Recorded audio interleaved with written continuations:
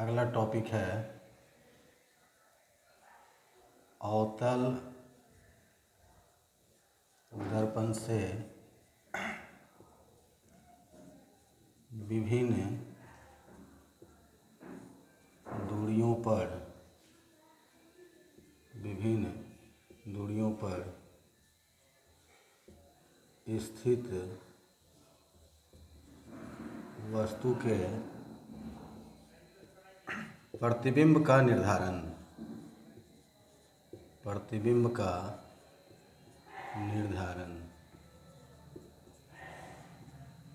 किरण आरेख द्वारा।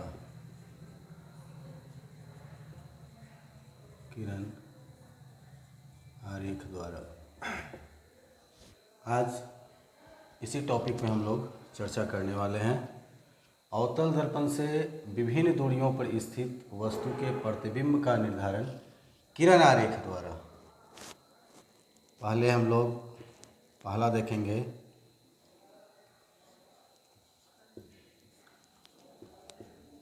जब वस्तु अनंत पर स्थित हो।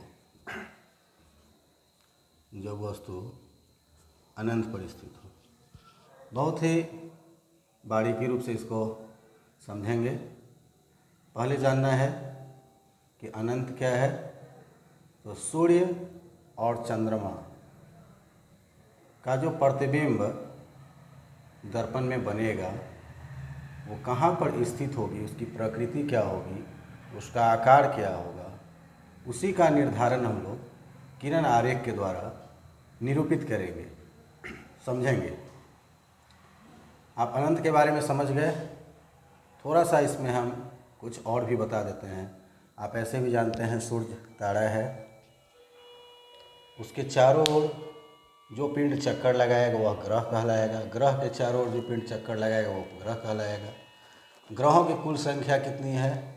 8 है। प्लूटो को बौना ग्रह की संज्ञा दिया गया, अब उसे ग्रह के दर्जा में नहीं रखा गया है।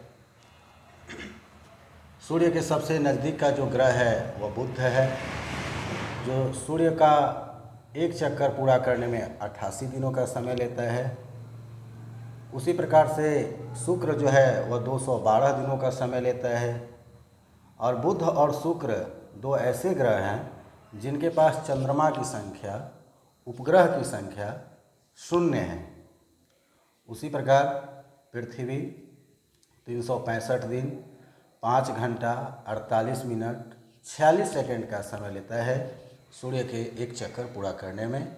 इसका एक उपग्रह है, यानी इसके पास चंद्रमा की संख्या 1 है। इसी तरह मंगल 687 दिनों का समय लेता है। इसके पास चंद्रमा और उपग्रह की संख्या 2 है, जिनका नाम है फोबोस और डिमोस। आयरन ऑक्साइड की प्रचुर मात्रा होने के कारण मंगल ग्रह को लाल ग्रह की संज्ञा दी गई है, और भविष्य में जीवन यापन करने वाला ग्रह यदि है कोई तो वह है मंगल ग्रह। उसी तरह पृथ्वी को नीला ग्रह की संज्ञा दिया गया है। जल की उपस्थिति होने के कारण पृथ्वी को नीला ग्रह कहा गया है। इसी तरीके से अगला जो ग्रह है वह बृहस्पति है, फिर शनि है, फिर अरुण है, फिर वरुण है। आपको आगे ही हम बताएं कि प्लूटो को अब ग्रह का दर्जा नहीं दिया गया है, बल्कि बौना ग्रह की संज्ञा दी गई है प्लूटो को। बृहस्पति ग्रह के पास चंद्रमा अर्थात उपग्रह की संख्या सबसे अधिक है। अब हम लोग अपने मेन टॉपिक पे आ जाते हैं। तो जब वस्तु अनंत पर स्थित हो तो इसके लिए हम लोग क्या करेंगे? पहले अवतल दर्पण को यहाँ पे ऐसे निरूपित करेंगे।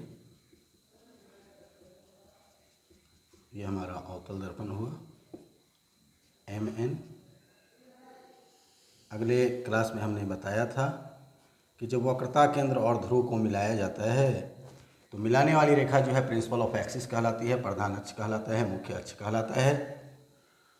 अनंत से आने वाली जो किरणें हैं वो समानांतर हैं, समानांतर आती हैं किरणें।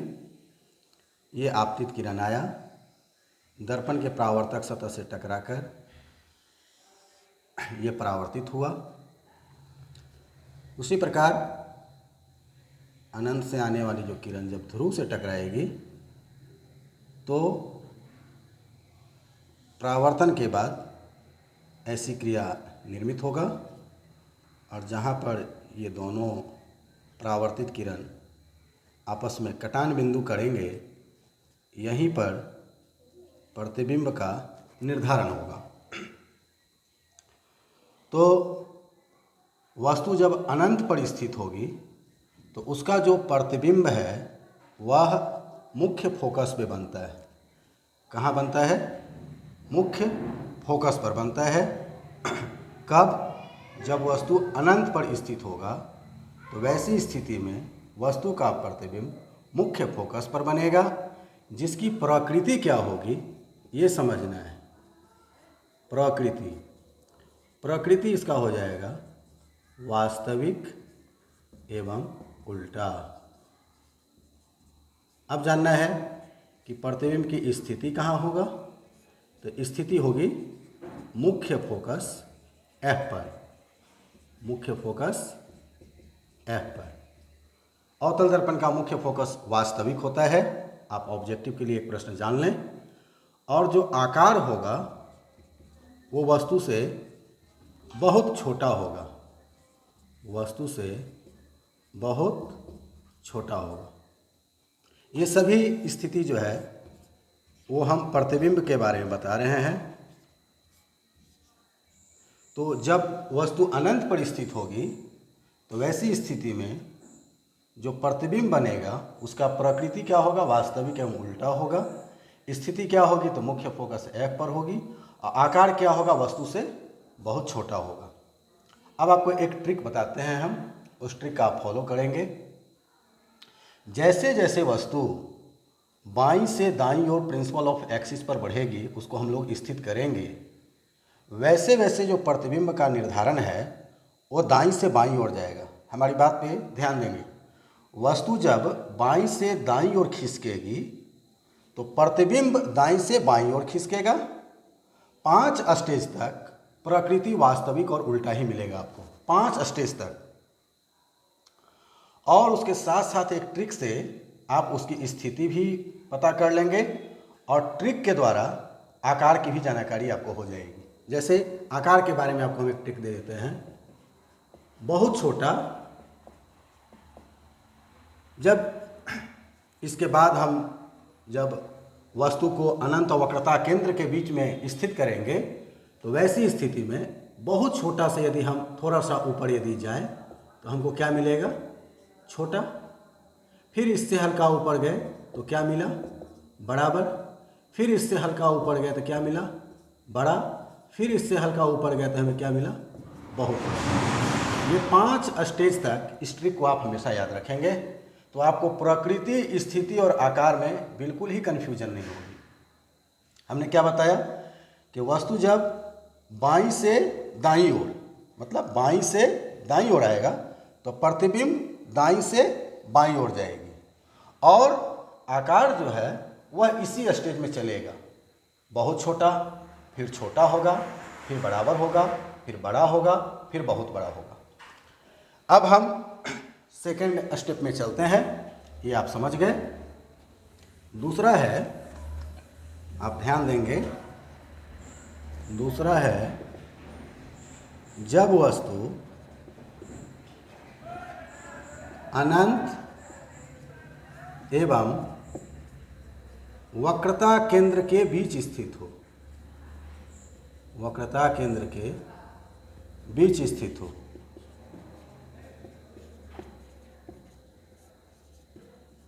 ऐसे ही प्रश्न पूछ देगा एग्जाम में कि जब वस्तु अनंत एवं वक्रता केंद्र के बीच स्थित हो अवतल दर्पण के सामने, तो वैसी स्थिति में उस वस्तु के प्रतिबिंब का निर्धारण क्या होगा, उसकी प्रकृति, स्थिति और आकार की जानकारी आप दें।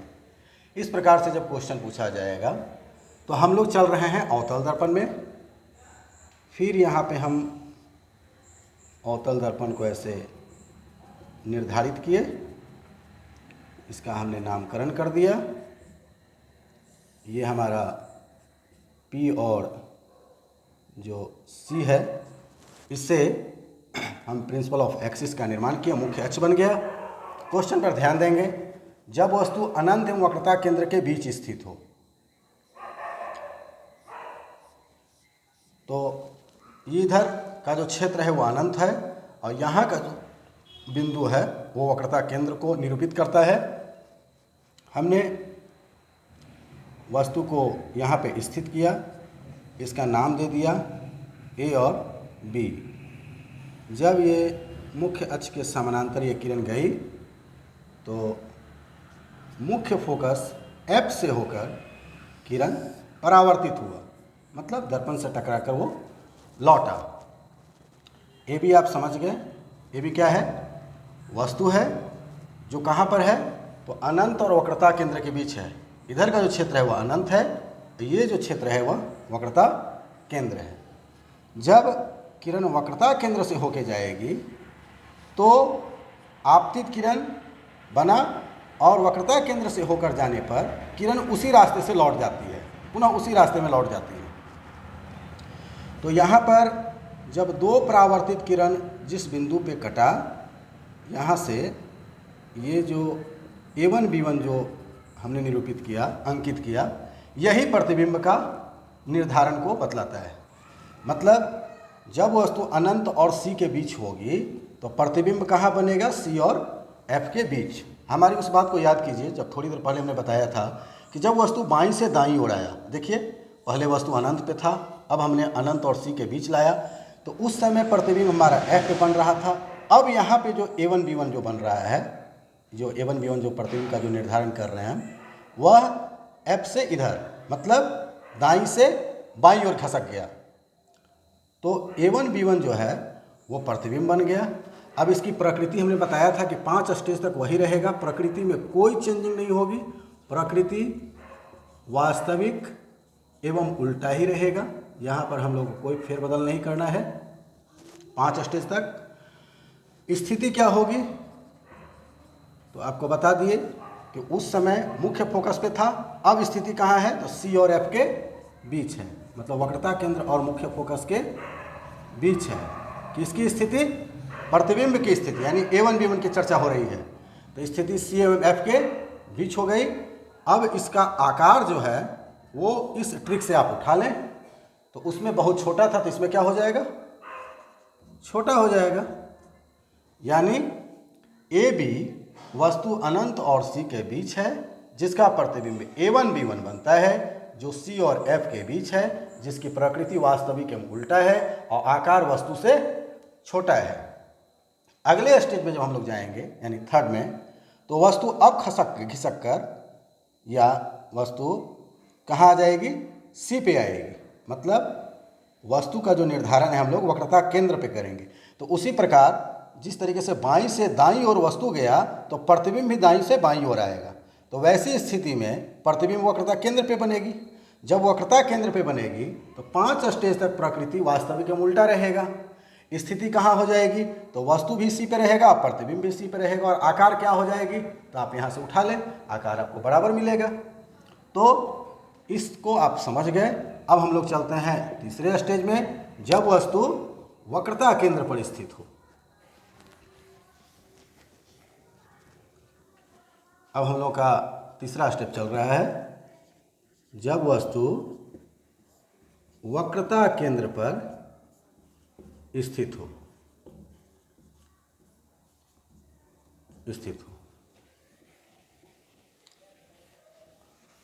इन सभी को हटा देते हैं, फिर से हम लोग आ जाएंगे। तो जब वह वस्तु वक्रता केंद्र पर स्थित हो तो इसके लिए फिर से आप अवतल दर्पण का चित्र अंकित करें, जैसे हमने इस श्वेत पट के ऊपर इसको बनाया। इसका नाम भी दे दिए MN। आप ये क्या है? ध्रुव। दर्पण का मध्य बिंदु ध्रुव कहलाता है। और गोलीय दर्पण जिस खोखले गोले की भाग होती है उस गोले के केंद्र को क्या बोलते हैं हम लोग? वक्रता केंद्र बोलते हैं। और वक्रता केंद्र ध्रुव को मिलाने वाली रेखा ही मुख्य अक्ष कहलाती है, प्रधान अक्ष कहलाती है, प्रिंसिपल ऑफ एक्सिस कहलाती है। तो अब जो वस्तु है वो इस स्टेज को थोड़ा अच्छी तरीके से समझना है। अब जो वस्तु है वह वक्रता केंद्र पे है, यानी वस्तु का नाम हमने दिया AB, यानी वस्तु की जो ऊंचाई है वह है AB और वस्तु की जो दूरी है वह हो जाएगी C से लेकर P तक। वस्तु की ऊंचाई को हम निरूपित करते हैं h1 से, वस्तु की दूरी को u से निरूपित किया जाता है, सूचित किया जाता है।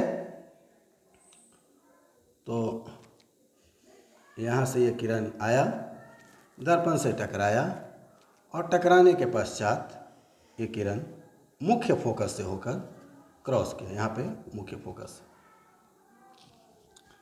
जब किरण मुख्य फोकस से होकर गई तो फिर यहाँ से ये किरण जो है दर्पण से टकराने के पश्चात यहाँ पर परावर्तित हुआ, और जहाँ पे दो परावर्तित किरण आकर मिले, जो कटान बिंदु हुआ, वहाँ से प्रिंसिपल ऑफ एक्सिस पे डाला गया जो लंब है वो प्रतिबिंब की ऊंचाई को निरूपित करता है।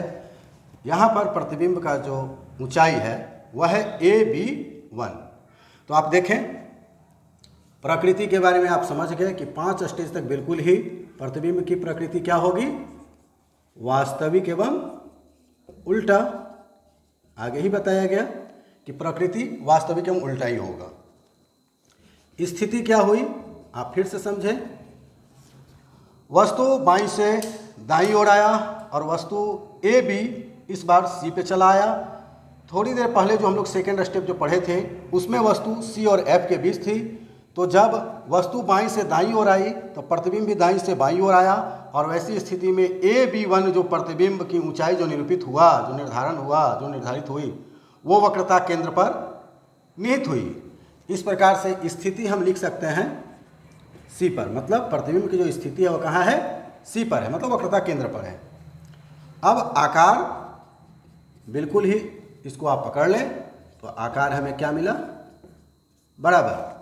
यानी आप ध्यान रखेंगे कि अवतल दर्पण के सामने जब वस्तु वक्रता केंद्र पर स्थित हो तो वैसी स्थिति में किरण आरेख बनाने के पश्चात प्रकृति इसका वास्तविक एवं उल्टा होगा, स्थिति वक्रता केंद्र C पर होगी और आकार वस्तु के बराबर होगा।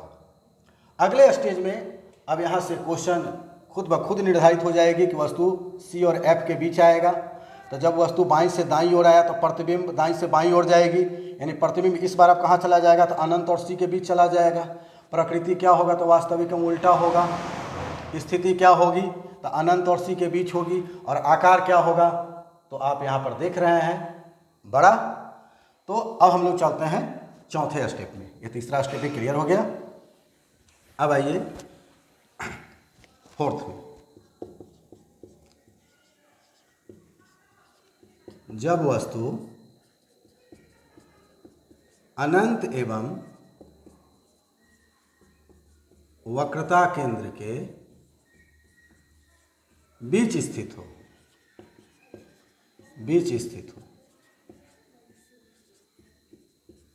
अब इसको समझेंगे।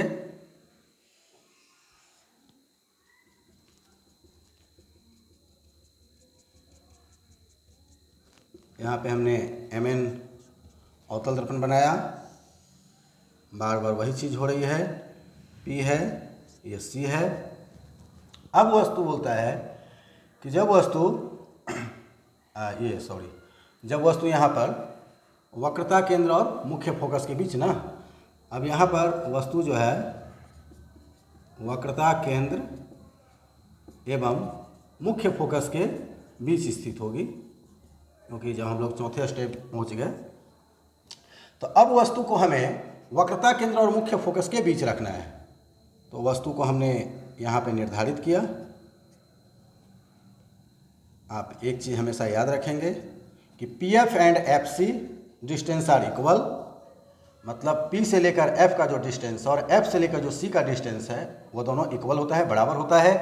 तभी तो यह F से लेकर P तक फोकस दूरी F, तो C से लेकर F तक फोकस दूरी F, तो C से लेकर P तक टोटल जो दूरी हो जाएगा वो 2F हो जाएगा, और वही 2F वक्रता त्रिज्या हो जाएगी। अगले वीडियो में हमने F = R/2 प्रूफ भी किया है अवतल दर्पण से। तो जब वस्तु वक्रता केंद्र और मुख्य फोकस के बीच स्थित होगा, यानी C और F के बीच में जब वस्तु आएगी, तो इसका जो प्रतिबिंब का निर्धारण है वह कुछ इस प्रकार होगा।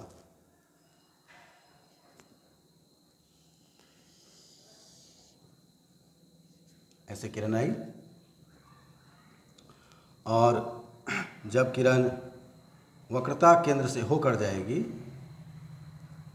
जब किरण वक्रता केंद्र से होकर निरूपित होगा, तो ऐसी स्थिति में वो बताए थे आपको कि वक्रता केंद्र से होकर जब किरण जाती है तो अपने ही रास्ते में लौट जाती है। तो किरण यहाँ से गई, पुनः क्या हो गया, लौट गया। तो जब लौट गया तो दो परावर्तित किरणों का जो कटान बिंदु है उससे प्रिंसिपल ऑफ एक्सिस पे जो हम ये रेखाखंड या लाइन जो खींचे, लाइन ऑफ सेगमेंट बोलते हैं इसको, ये हो गया ए और बी, और ये हो गया आपका A1 और B1। आप फिर से समझें, यहाँ पर M को निरूपित किए तो AB वस्तु जब C और F के बीच होगी तो वस्तु बाईं से दाईं ओर गया, तो प्रतिबिंब दाईं से बाईं ओर खिसक गई, और ऐसी स्थिति में यह जो AB वस्तु है उसका प्रतिबिंब क्या बना, A1 और B1 बना। फिर उसी प्रकार से प्रकृति क्या होगा, तो प्रकृति हो जाएगा वास्तविक एवं उल्टा, और स्थिति कहाँ हो जाएगी, तो आप इस किरण आरेख द्वारा जो हमने बनाया है इससे ही अंकित हो रहा है कि स्थिति अनंत और सी के बीच होगी, यानी अनंत और वक्रता केंद्र के बीच होगा।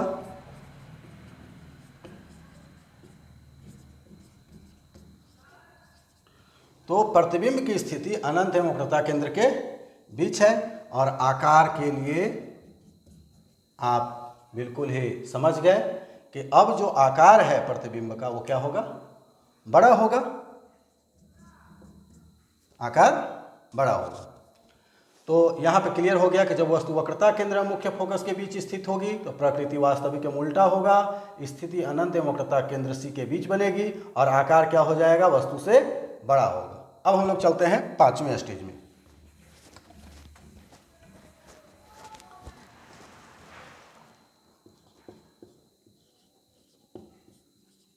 अब यहां पर वस्तु होगा जब वस्तु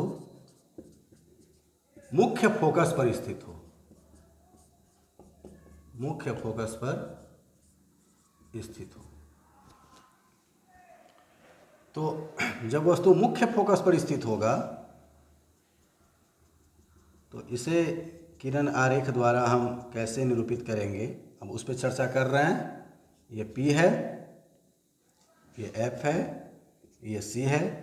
PF and FC distance are equal, दोनों का डिस्टेंस जो है इक्वल होता है। अब वस्तु को हमने कहाँ रखा, F पे, तो इस वस्तु का हमने नामकरण कर दिया A और B। आपतित किरण गई, परावर्तित हो गई कहाँ से, मुख्य फोकस से होकर। जब C से एक किरण गई तो अपने ही रास्ते में लौट गई, और लौटने के पश्चात इस प्रकार से किरण आरेख हमारा निरूपित हुआ। तो अब एक चीज़ क्लियर हो गया कि जब वस्तु मुख्य फोकस पे होगा तो इसका प्रतिबिंब अनंत पर बनेगा। कहाँ बनेगा, अनंत पे बनेगी। तो प्रकृति क्या हो जाएगी, तो प्रकृति हम बताए थे कि 5 स्टेज तक आप बिल्कुल ही वास्तविक एवं उल्टा को ही स्थित करेंगे। तो जब वस्तु मुख्य फोकस पर स्थित होगा तो ऐसी स्थिति में उसका प्रतिबिंब का जो प्रकृति है वह क्या बनेगा, वास्तविक एवं उल्टा बनेगा। और स्थिति कहाँ होगी, तो अनंत पर होगा, अनंत पर। और आकार कहाँ होगी, तो आप समझ रहे हैं, आकार हो जाएगा बहुत बड़ा, बहुत बड़ा। तो जब वस्तु मुख्य फोकस पर स्थित होगा तो प्रतिबिंब की प्रकृति वास्तविक एवं उल्टा, स्थिति अनंत पर होगी, और आकार क्या होगा, बहुत बड़ा होगा।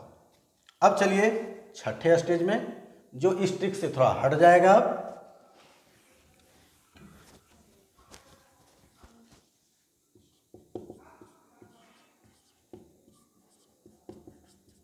जब वस्तु मुख्य फोकस F एवं ध्रुव P के बीच स्थित हो, P के बीच स्थित हो। अब इसको हम लोग समझेंगे।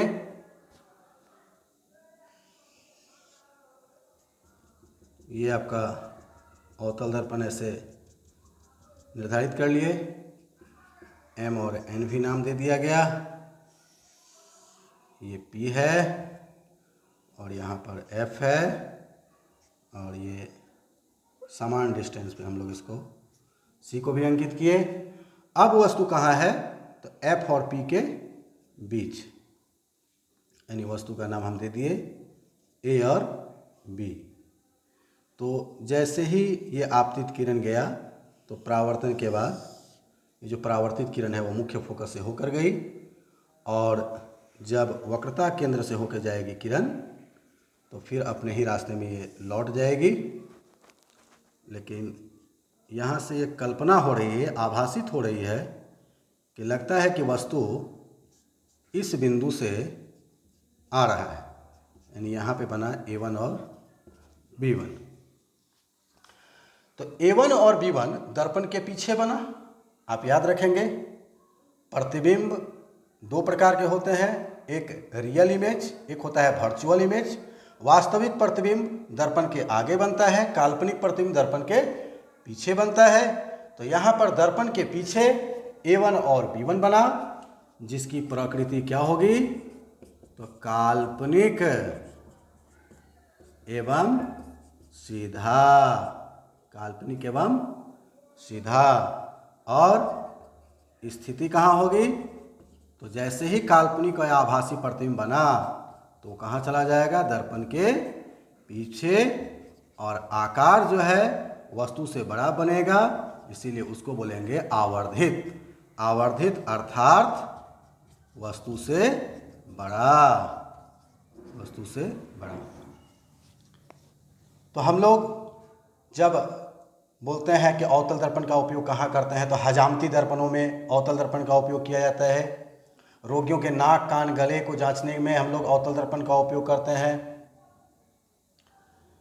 सौर कूपकर में भी हम लोग अवतल दर्पण का उपयोग करते हैं। तो वैसी स्थिति में जो प्रतिबिंब का निर्धारण होता है वो इसी प्रकार होती है, उसकी प्रकृति काल्पनिक एवं सीधा होगा, स्थिति बिल्कुल ही दर्पण के पीछे बनेगा और आकार जो है वस्तु से बड़ा अर्थात आवर्धित होगी। तो आज हमने 6 स्टेज को अवतल दर्पण के सामने वस्तु को रखकर किरण आरेख द्वारा उसकी प्रकृति, स्थिति और आकार की जानकारी दिए। अगले वीडियो में हम उत्तल दर्पण से